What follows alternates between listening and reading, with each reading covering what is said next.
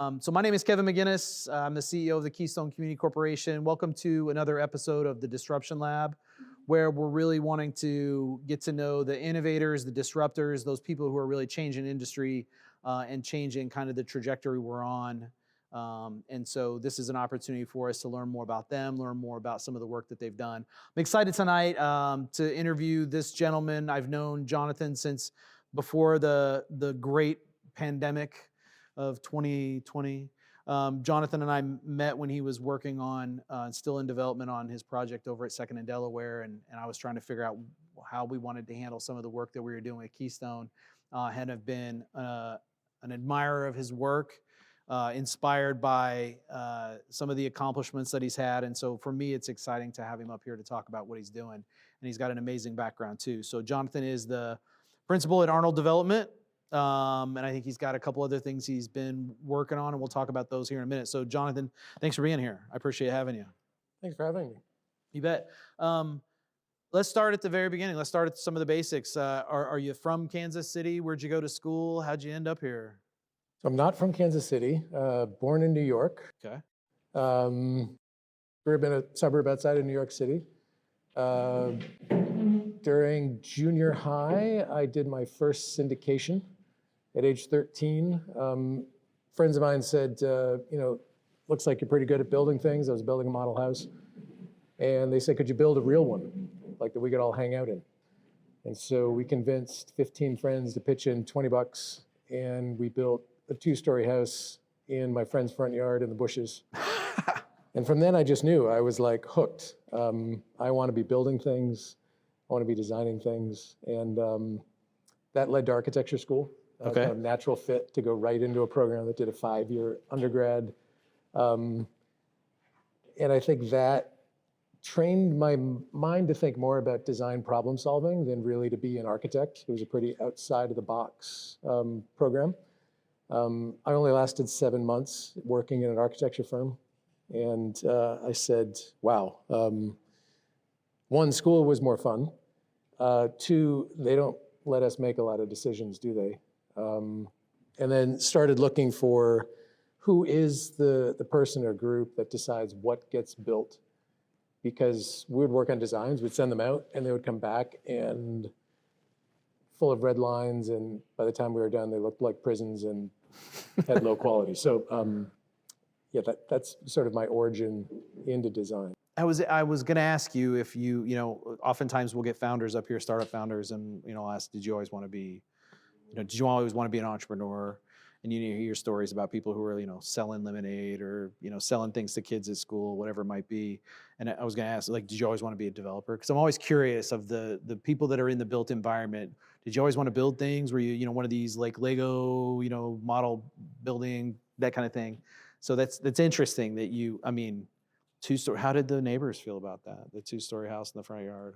Well, we did it in the summer. So it was like the estate section it was like the Mission Hills of the town I grew up in.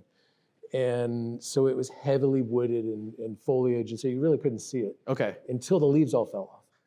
And the guy across the Big street. structure was just sitting there, yeah. It sort of looked like Snoopy's doghouse. It was 2 stories, it had a gable roof, and we stained the outside. It actually, looked pretty nice, but he drove a Bentley, and obviously we didn't know anything about zoning codes or Right. building permits. So we got a letter in the mail that said, you need to take this down. Yeah. So we moved it to the backyard and added a 2nd-story porch, and it was a great experience. Yeah, that's awesome. So what brought you to Kansas City? When did that happen and why? So after I left architecture, I saw a piece of software demoed that was 3D Studio Max version 0.9. It wasn't even released yet. And I went to my boss and I said, if we bought this, we could convince our clients that design matters, right? We could show them that don't make your building look like a prison. Steve Jobs at the time was talking about how design has value, and my boss didn't want to buy the software. So I bought it, learned it on my own, and decided to start a visualization company. With really the excuse to figure out who calls the shots. It was just a way to get to know people.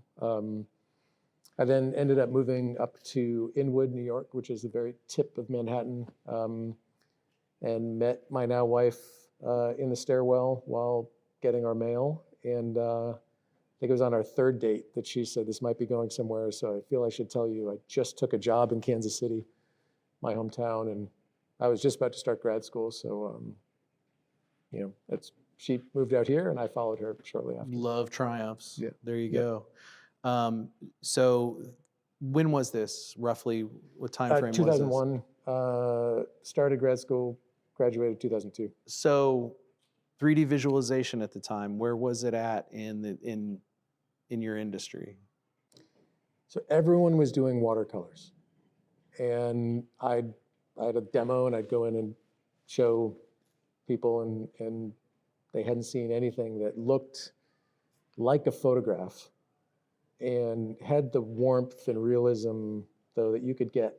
The goal was to sort of carry over the art of the watercolor with composition and storytelling, but using this new medium. One of my first clients, I had a lot of gumption back then, so I took my demo portfolio and I went to the guard booth of the Museum of Natural History in New York City. And I knocked on the glass and I said, do you have a directory? And so they handed me the directory. This is like pre-internet days where you couldn't just look up who's the marketing person. Right. So I said, can I use your phone? And he handed me the phone. So it was like the in-house phone. So I called up from the guard booth and got up into the marketing department. And that led to a phone call, which they asked me, could you animate this hall that had a big blue whale, a life-size blue whale? They wanted to do a fundraising video. I never animated a single animal, let alone a whole, dozens of animals and fish and polar bears. And my brother had told me a story. My brother's an NPR reporter, it was at the time, still is, and he had interviewed all these entrepreneurs, and he said the common theme is they all find themselves in a room with someone who asks them a question, can you do this? And all of them say, through the back of my head, I'm saying, I'm not 100% sure, Right. but I'm pretty sure I could figure it out. So I just looked at the director of exhibitions and said, Of course. yes. Yeah. And so I did this one video for them and they showed it to one donor.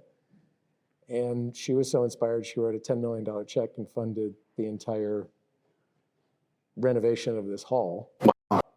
And that sort of led to a couple more projects and started the visualization Now company. that's the power, though, of visualization in many ways, because it allows people to maybe see an end state much sooner than watercolors or pitch decks or other things, right? I mean, largely that whole business and industry was born and exists because most people can't visualize what doesn't exist. They just, you have an idea, and if you can't point across the street and say, it's going to look like that, like a Quick Trip. Sure.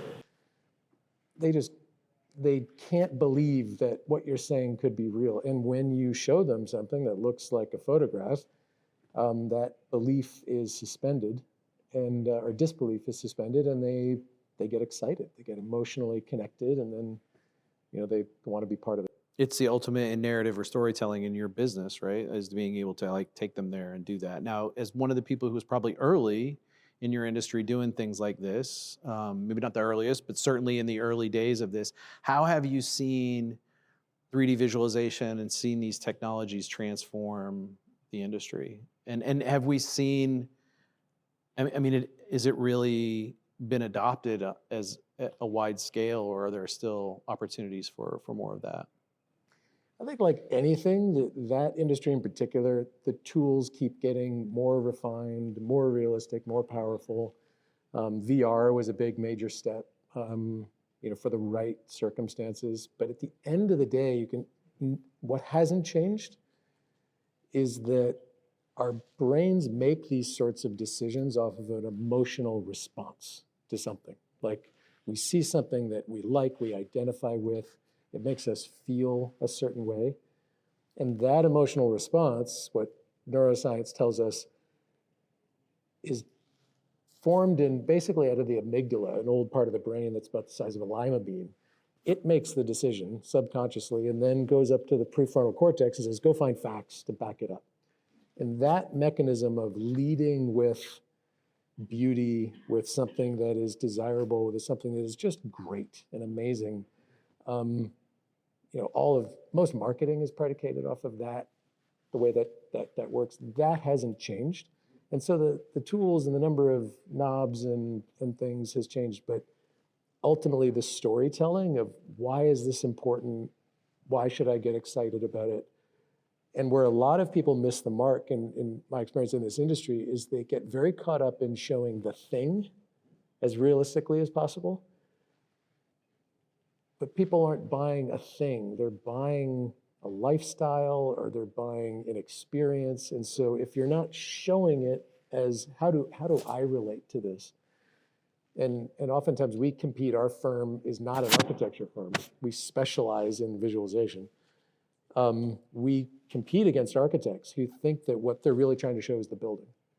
And really what people are interested in is how the light comes through the window and hits a table that they might be sitting at, and does the material feel like you could touch it, right? It's like the architecture is what Shakespeare said, all of life is just a stage. The stage is not the end goal. Yeah. It's about storytelling. And so I think it's a fantastic tool to do that. Because a picture is worth 1,000 words. For sure.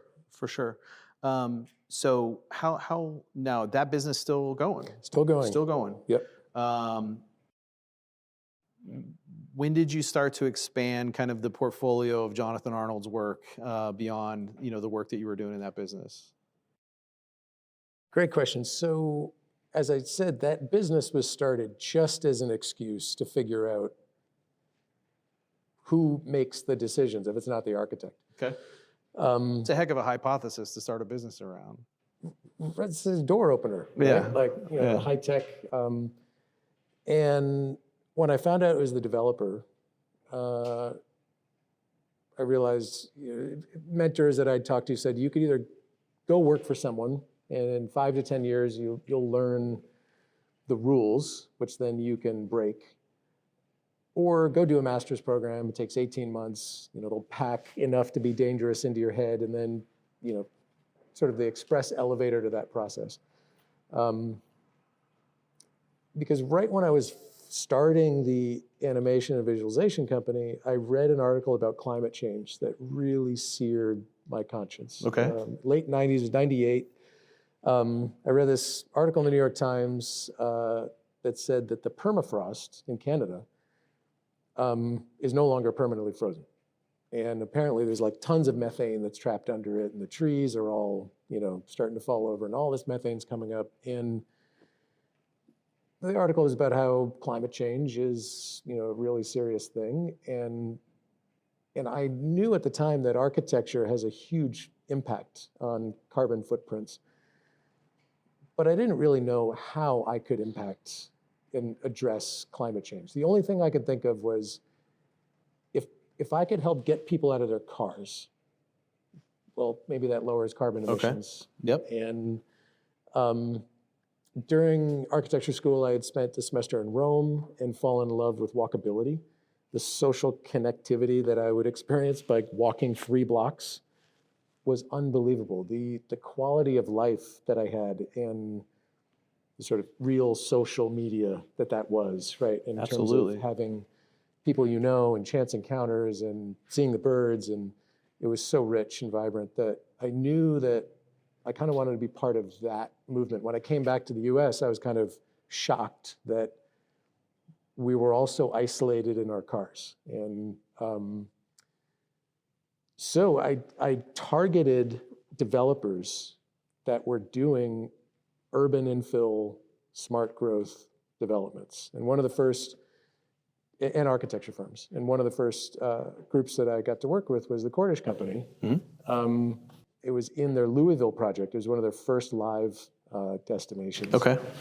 And they were redeveloping a couple blocks in downtown Louisville. And they didn't know that then I moved to Kansas City. And I got a call a few months, or maybe it was a year or two later.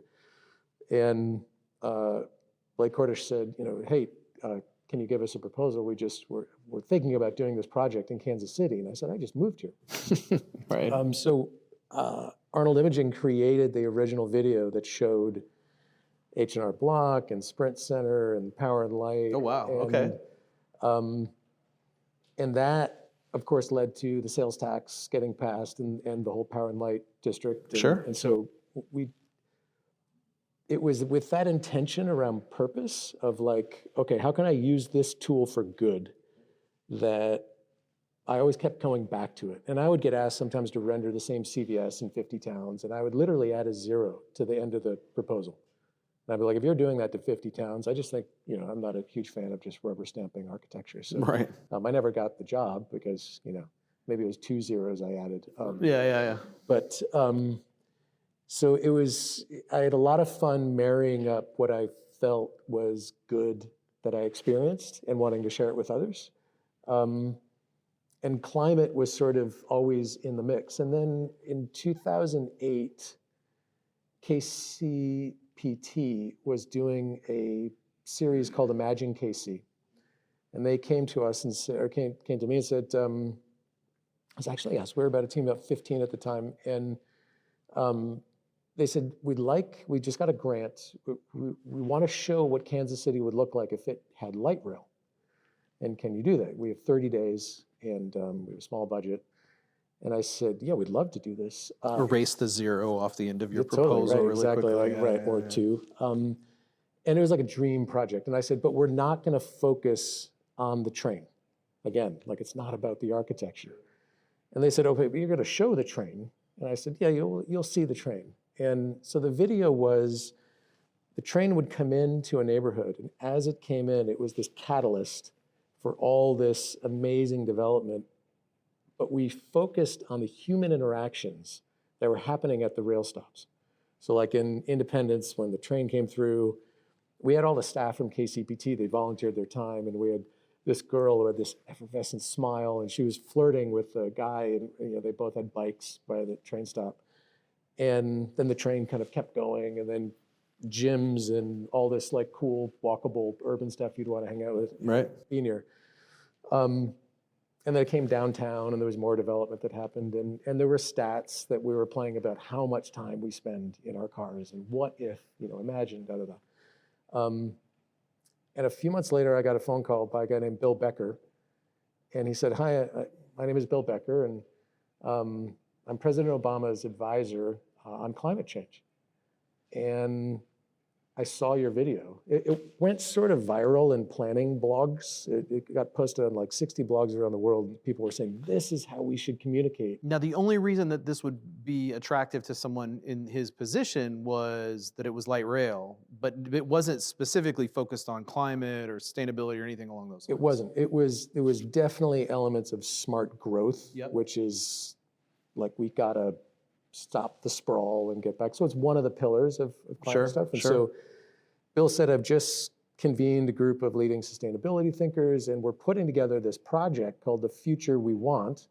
And your video and that sort of approach of, instead of communicating things that can be very dry and boring in ways that people can't relate to, like most people talk about transit in terms of headway, right? Like how many minutes do you have to wait for the next, that's like the headway time. And like, no one knows what that means. It doesn't get anyone excited. So he said, would you like to join this group on addressing climate change? And we're going to do this national thing. And my response to Bill was, I've been waiting 10 years for this. I was going to say, how long did it take you to make that decision? Yeah. So it was almost 10 years to the day. And it sort of leads me to another theme of my trajectory is when I got out of grad school, I had a decision to make. Do I go work for another developer who may or may not have some good habits that they're going to teach me?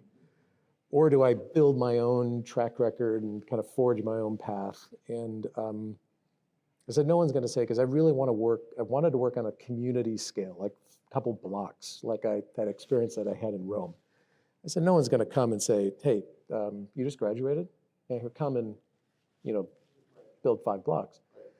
So I penned out a plan. If I started with a 20,000 square foot building and I didn't lose anyone's money, then I could go to a 40,000 square foot building, and then I could go to an 80, and then I could do 2 blocks, and then I could do 5 blocks. And I added up how much time that was going to take. And this is in 2002.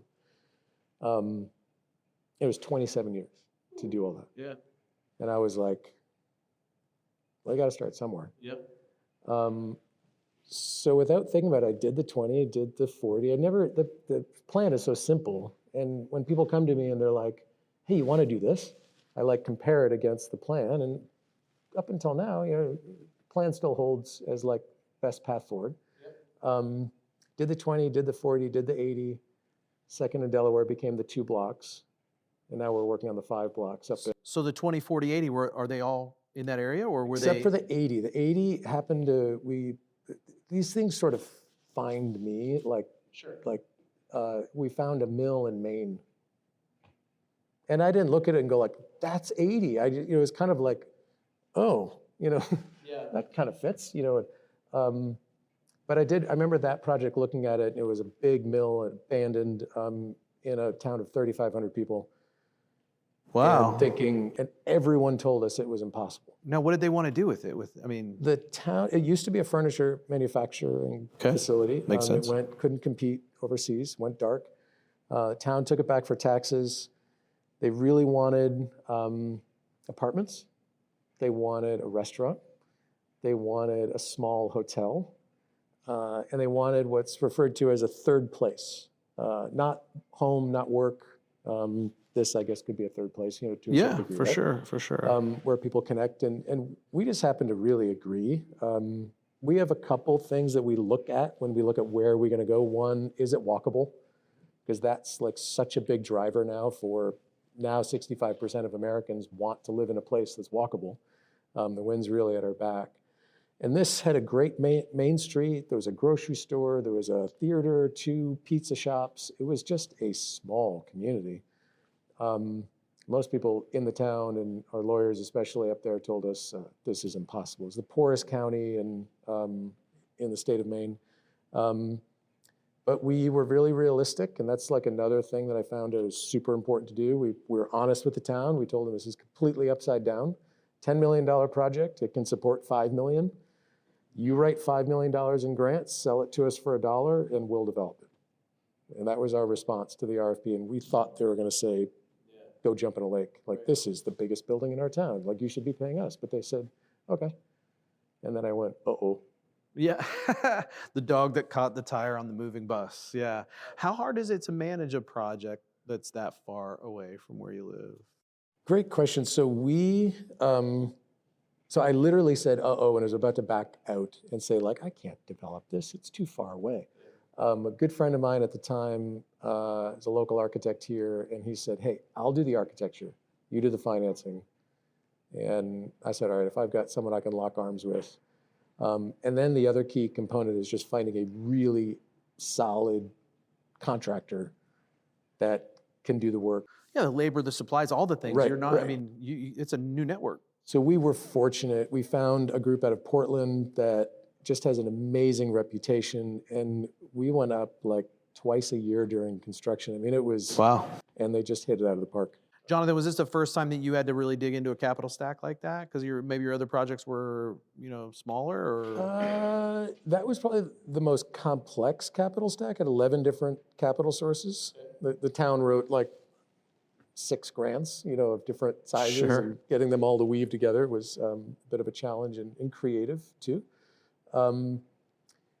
Every project I've done, even the small ones, had historic tax credits and some form of either TIF or tax abatement. And because I literally started, when I left the architecture firm, I went to an ATM and had $70 in the ATM. And I said, this better work. And so everything I've done, I've just reinvested. So I haven't had a huge, I wasn't born into a real estate family, and, bootstrapping and scrappy. And tax credits are a great way to kind of manufacture money and get deals done. So and this is a little bit of an aside, but since we're talking about kind of incentives and how you put the capital stack together, what do you think people don't understand about development incentives? I mean, there seems to be such a sideways conversation that happens, and I think a lot of that is unique to Kansas City in some ways, just based on the way our schools are funded and the tie to developers. But there seems to be this lack of appreciation or lack of understanding about the need why, those kind of things. What's your perspective on some of that? Maybe it's too soon to be making the reference to real estate developers and their reputation and what we all think about. We see them on TV. It's kind of synonymous with a four-letter word. We don't trust them. So I think there's a lot of understandable distrust between our industry and communities. The real estate industry is one of the only ones that I can think of that does not ask their customers, what do they want? Like, they don't go into a community and typically and say, what is it that you need? Right. They come in trying to force, all too often, their ego, their vision. And I think that it's very capital intensive, and there's a lot of suspicion around, what's all happening, behind the curtain. I think what I've experienced in Kansas City is there is a very thoughtful process that has been laid out where you go through a series of studies that say, does this project need an incentive? Right. And if the incentive isn't there, the project won't move forward. And if the overall public good, whether it's more housing or more jobs or whatever, is something that everyone collectively cares about, incentivizing the right projects makes a lot of sense. And so I think that we typically try to go in and not negatively impact things like the school districts, right? Because we're one of the first benefit corporations to be certified as a B Corp. So we really take seriously impacting on our impact on the community. Hopefully it's positive, the environment, and we also need to pay the bank back, so it's got to be profitable. Yep. And so we'll do things like do an eats-only TIF, which is only economic activity taxes, which don't go to the schools to begin with. So if we're creating more jobs or we're creating more sales tax, we can use those taxes to incentivize the project. But we also do use property taxes when you have to. Sometimes there's just no way around it. But that burns off after a period of time. And so then you have, in our case, we're huge proponents of mixed income housing. So you don't do 100% affordable, and then you've got your luxury tower, but mix it up into the same building, and all the data shows that's how we begin to chip away and eradicate poverty. So I think I have a ton of respect for the folks in City Hall and the EDC and how they look, and they are thoughtful at how they incentivize things. And I welcome the dialogue with communities. I think that's really, really healthy. Yeah, I think we're getting it right more often than not. Yeah, I feel that way too. I think there's still this a misnomer, still this a lack of understanding about some of the nuances around it. So I want to talk about Second and Delaware, because a lot of the things you've mentioned, I think of your conversation about the square, the walkability in Rome, I think is where you were at. I had the chance to spend an afternoon in Florence, just sitting in the one of the squares, and that's the thing that struck me was how communal it was, and how you could see neighbors interacting with, these people know each other and they see each other every day, but this is where they interact, or the people that were walking by and would just stop and have those conversations. You also mentioned mixed income housing, but then the idea of incentives and the idea of, they burn off. The problem with that is if the construction is not built to be sustainable or long-term, the longevity, the quality of the construction is not there. By the time they burn off, you're talking about tearing things down and starting all over again. And that's, I think, one of the rubs. Second and Delaware kind of captures a few of these different things in terms of what you're building. So tell us about Second and Delaware. First of all, how did it come about? Yeah, great question. So you recall my discussion with Bill Becker saying, well, you want to join this project called The Future We Want. That led to a partnership with the United Nations, where they said, hey, we've been writing white papers about sustainability. No one reads them. Would you like to have 5,000 square feet at the 20th anniversary of the first Earth Day in Rio? And you can put on display all of the best practices that we should be deploying, that are ready to scale, that would result in a more verdant and just world. And we're like, Yeah, great. Yeah. So we talked with all sorts of people from, the passive house founders in Germany to people who are all about alternative forms of transit, whether it's biking or walking or some of the ideas are super old, like courtyard typologies and the right amount of density to support services so that businesses stay in business and it can support transit. Unlike fighting cancer, like we know what works and what doesn't. I was going to say, it amazes me we've moved away from some of those things because they work. They've been, we're going back in history to do some of the things that you're talking about. We had a 70-year love affair with the automobile, where we all thought that driving everywhere was going to be, the end all be all. And what we've rediscovered is this, like, we really enjoy this. Yeah. We enjoy running into people. Like, that gives us joy.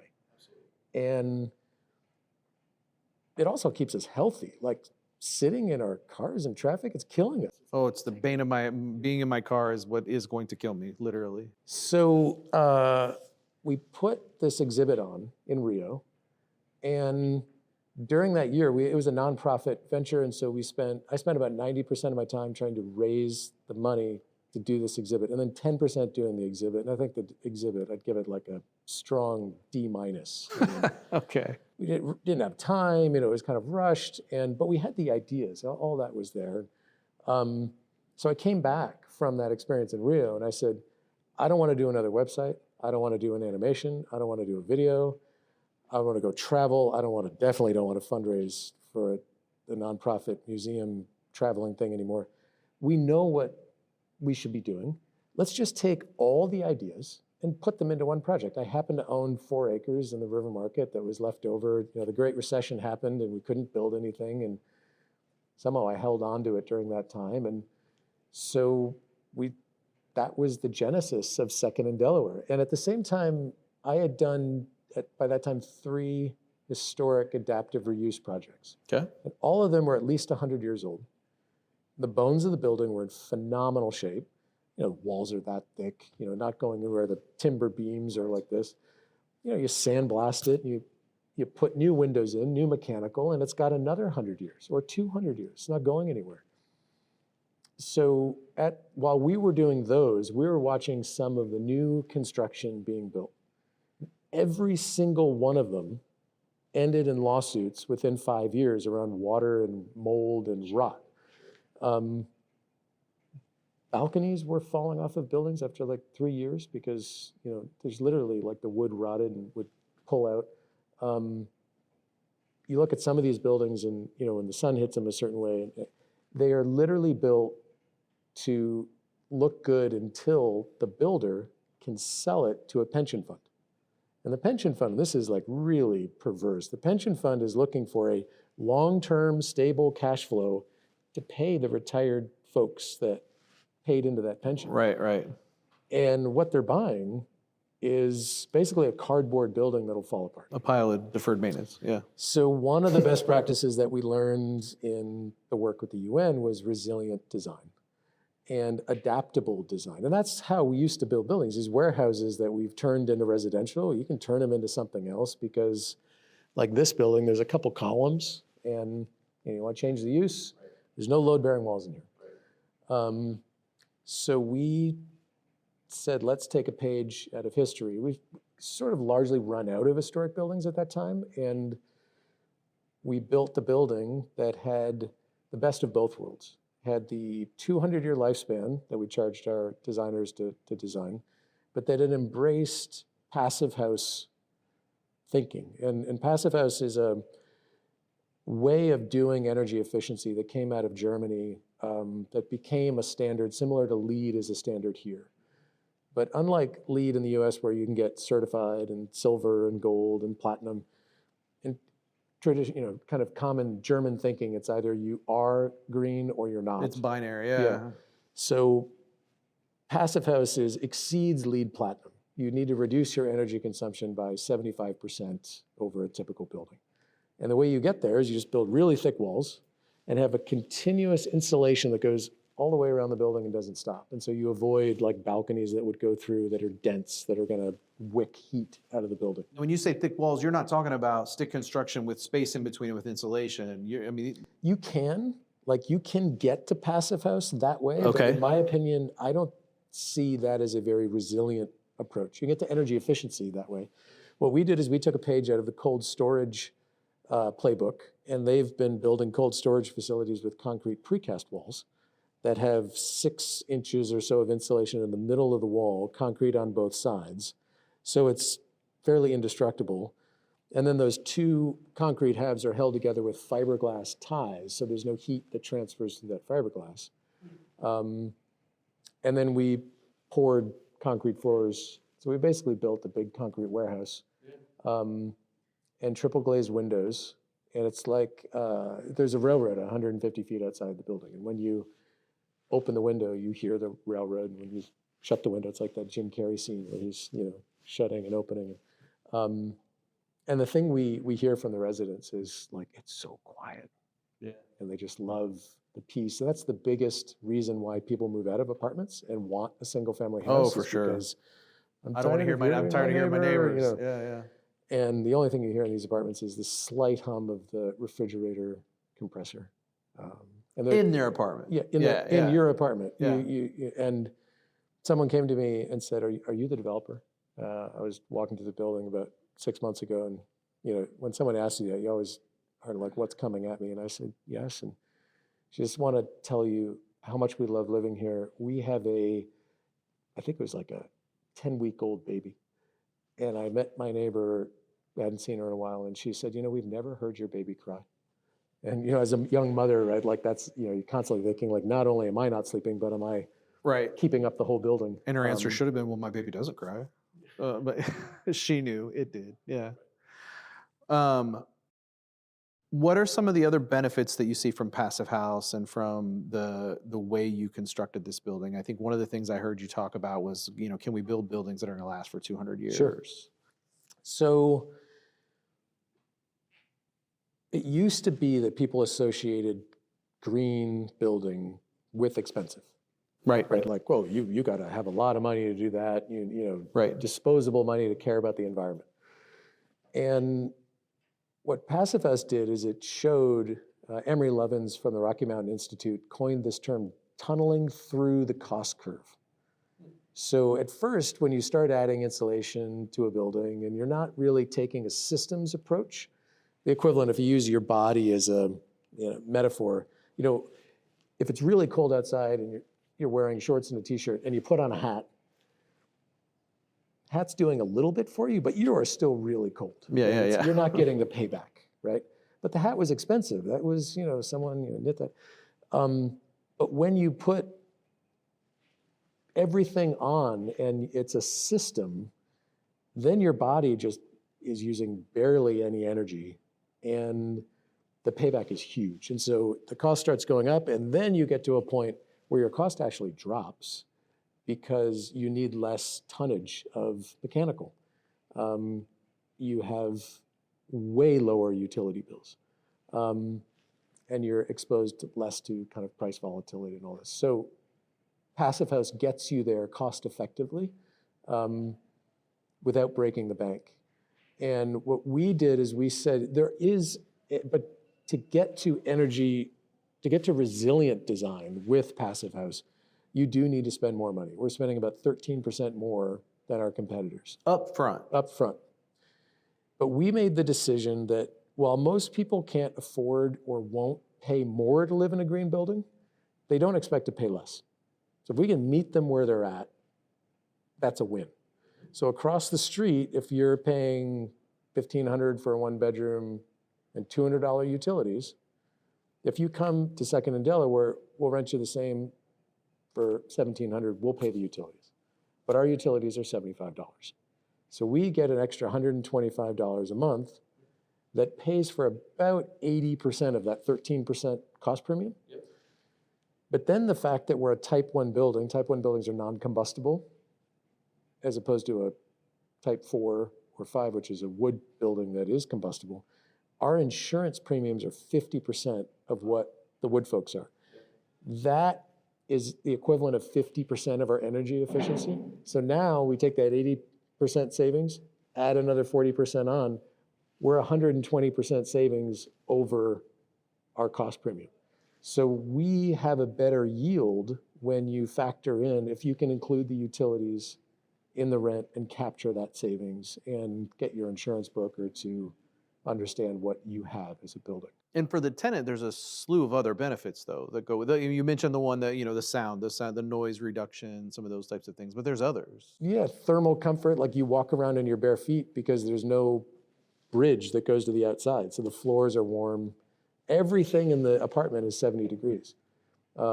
So the best thing is like you watch animals and they go anywhere. They go where it's like the most comfortable and everywhere is comfortable. So you don't have that condition where there's some parts of your apartment you can't go into in certain times of the year. So I mentioned sound, air quality is a lot better. You have constant 50 cubic feet per minute coming into the unit and getting exhausted and going through MERV 14 filters, which is just below HEPA. And so you feel more awake. You're not sitting here. Most buildings rely on accidental air coming in through the windows, the leaky windows. Passive S, because it's so sealed up, it's way more intentional and better air quality.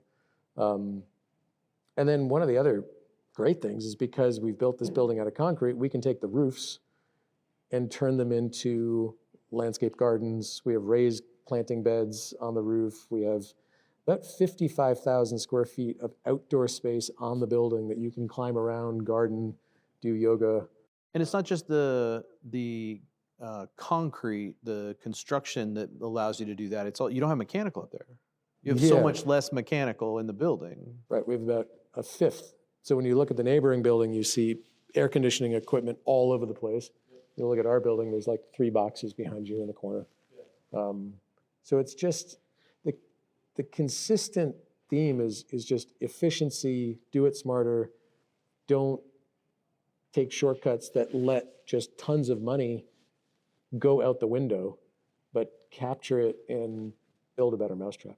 I had this conversation with Tyler Knopberg and Tim Moormeyer over at US Engineering one time, and we were talking about green buildings, we were talking about sustainability, and maybe Tim, was the one who laid it out for me and said, look, this is so not a political issue and so not a social issue. Like we keep wanting to say, save the earth, save the animals, save.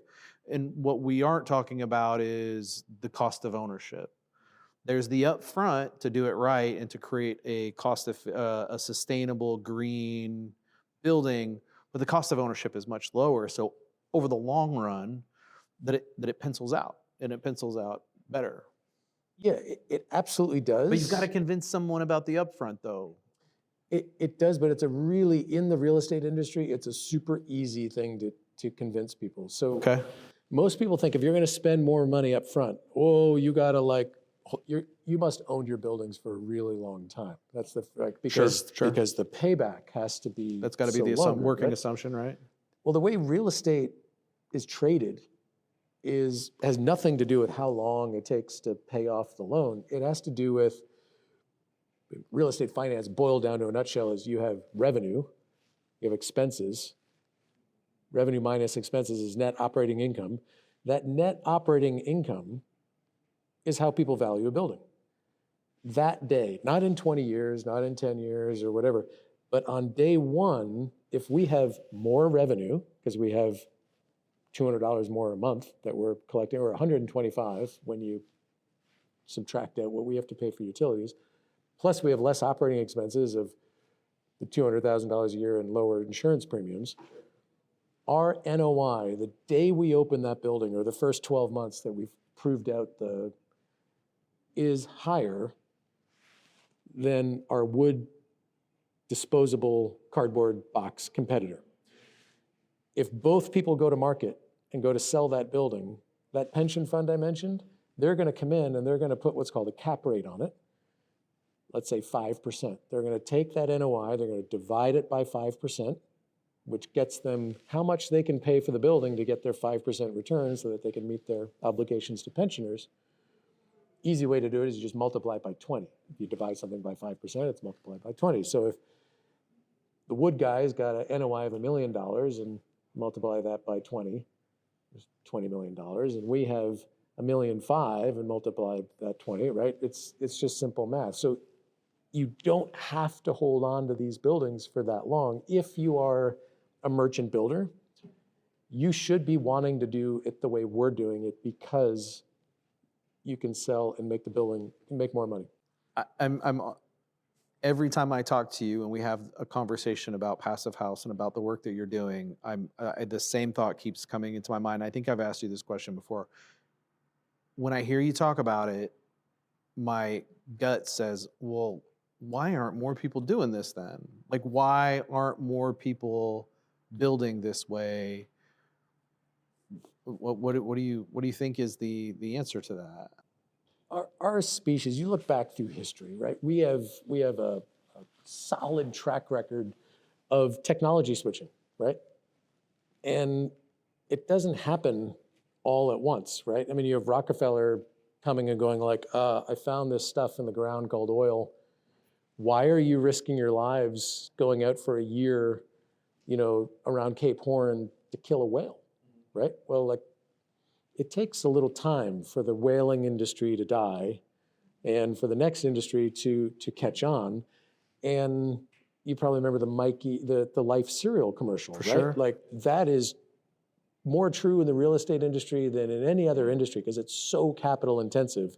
No one wants to take a risk. And we just happen to be either a little nuts or so purpose-driven that we're willing to take these calculated risks and really adopt what's already been proven in Europe to come here to show that it works. And what I predict is that as more people see that resident satisfaction is through the roof, people are actually paying more to live in a green building, a quiet building. They will pay more. They will stay longer.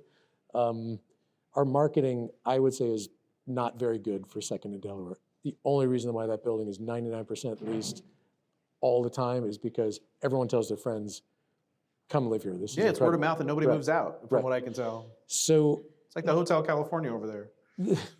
this is where we are going. I talked to one of the largest REITs in the country that builds and holds multifamily, hundreds of thousands of units.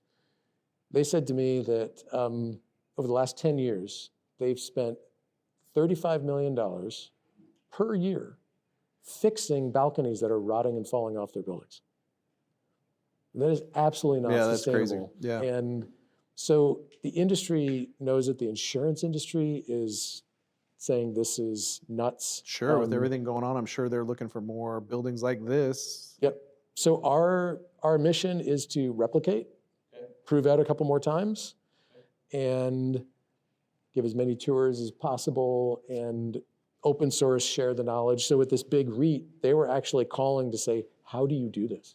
And everything that I've shared with you, I've shared with him and gave him the name of our engineers. And right, so because 60% of our carbon emissions come from buildings in urban areas. If we can reduce that by 75 to 90%, that's a huge win. And not to mention, really, I think it's the developing world that comes and studies what we do. And so we fix our own problem and clean up our own mess, then when they send their engineers over to study what does successful multifamily look like, we'll have something to export that I think hopefully won't cook the planet. This idea of developing with a triple bottom line, I think, is something that I find to be, disruptive and somewhat progressive, because I don't see developers, really focusing on that. The federal government had taken a keen interest into some of the furthering some of this work, whether it was climate, whether it was affordable housing. The state of affairs right now and where things are at with the housing crisis, where things are at with, the views on climate and the shifting winds, if you even want to call it that. I'm trying to be kind here. Yeah, totally. I'm a sailor, so if I can use a sailing Please do. analogy. Please do. We're landlocked here, but please do. When you're trying to go that way and the wind is coming right from there, Sailors know that you can only go about 45 degrees off the wind, and you just have to keep turning. And it might not look like you're making direct progress, but you're getting closer. So I think what we're experiencing right now is what it looks like when a boat tacks through the wind. So when it turns, when it's sailing along, everything looks great. When you have an administration, you've got rules and regs, and there's tax credits and there's plans. Well, when you tack on a sailboat, the wind makes the sails go nuts. And because they don't know, is it coming from this way? Is it coming from this way? And it just looks chaotic, and ropes are going everywhere. My hope is that as we move through the tack, we will settle in and we will have some direction of what the priorities are. And I think the sad thing is that climate isn't going away. Doesn't matter if, they're wanting to drill more. I mean, like the fires and the floods and the droughts and the extreme weather, I mean, it's pretty obvious. We need to do something. The affordable housing issue is not going to get solved on its own.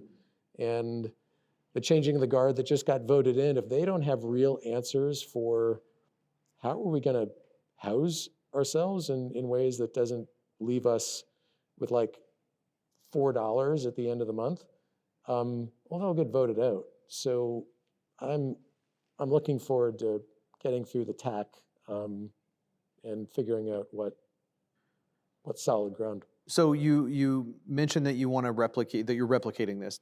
Let's do this again. Let's do this again until everybody looks at it and says, well, of course we should do it like Jonathan's doing it. Independence. So Independence is the Historic Northeast Lofts project is an historic building. Different. Okay. Concrete, 100 years old, 106 years old, and another 3 buildings were built for the World War II, 2-story buildings. Back then, they didn't know to put insulation in the middle of the wall, right? So, and because it's an historic tax credit building, we can't. Only so much you can do to it. We can't put insulation on the outside. We were given permission to put insulation on the inside, which is very rare for the historic people. So we're, kind of happy about that. But we have a lot of rooftops. So we have enough solar to generate about 3.9 megawatts of solar, which will power all of the affordable housing in its entirety. So we'll kind of make up for the lack of good envelope with a lot of energy from the sun. Okay. Which I'm a huge proponent of. I think that sometimes don't break the bank trying to do something that you don't need to do if you can get there through an easier, more cost-effective way. So that project is 395 units in the first phase, daycare, food hall. We're maybe going to do some sort of community fitness, wellness space. But we're also looking to replicate the new construction, second in Delaware, in some different formats, both on the Kansas side, Indian Springs Mall. We're working on that with Eric Murray. And then some infill sites at different scales, maybe going up a little higher. And then some other ones where we can do the same courtyard typology. So we haven't talked a lot about Midtown Station. It is out, and we are one of the anchors of Midtown Station. So excited to work with you on this project over in Indian Springs Mall site and have Keystone represented as one of the partners there in that work. And so I remember when we first talked, it's like how are we going to find a way to work together? I love what you're doing. So here it is. Now we have the chance to do that. You are also doing, it sounds like, some other projects that maybe take the base principles of this, of how do you take commercial construction, how do you take something that was built for office or built, and renovate that into, that maybe is non-historic, and renovate that into residential. And is that going to also help you prove out the hypothesis of, hey, if it's constructed new this way, like since we've done this renovation and this is the similar type of construction, this shows also that it will work in a new construction environment? Is that your belief, or are these? Am I mixing? Am I mixing projects? So if the question is, so we have a lot of office buildings that are vacant or, highly underutilized. For sure. And we also need a lot of housing. So there's some challenges with converting them. Oftentimes they have really deep floor plates. They're not the most cost-effective But you do have a full structure, oftentimes with elevators and stairs and infrastructure that can be reused. Good bones, as they say. Good Yeah, bones. yeah. So while we might not be able to get to a passive house envelope on those buildings without, breaking the bank, the embodied energy in those buildings, because they've been there for 100 years and you don't have to pour a bunch of concrete and structure, which is really carbon intensive, we get credit for that for the programs that are counting carbon. And I'm a both and. I think we need to take those buildings, breathe new life into them, another 100 years, swap out the windows if you need to, more efficient mechanical, maximize solar on the roof. If you have land, geothermal, like there's all sorts of things you can do if you can't change the envelope. And then if you have parking lots, infill those with, and then do it built the way, Second and Delaware is built. Yeah. So we're out of time. I do want to have you, I'm probably going to have you and Eric come back and we can have a conversation about Midtown Station. I want to get a little further down the path with the unified government before we come and do that. So I want to have you back. But before you go, I got a question I want to ask, and I try to ask everybody this question. So what's the most ridiculous or craziest thing you've ever done that worked out? That's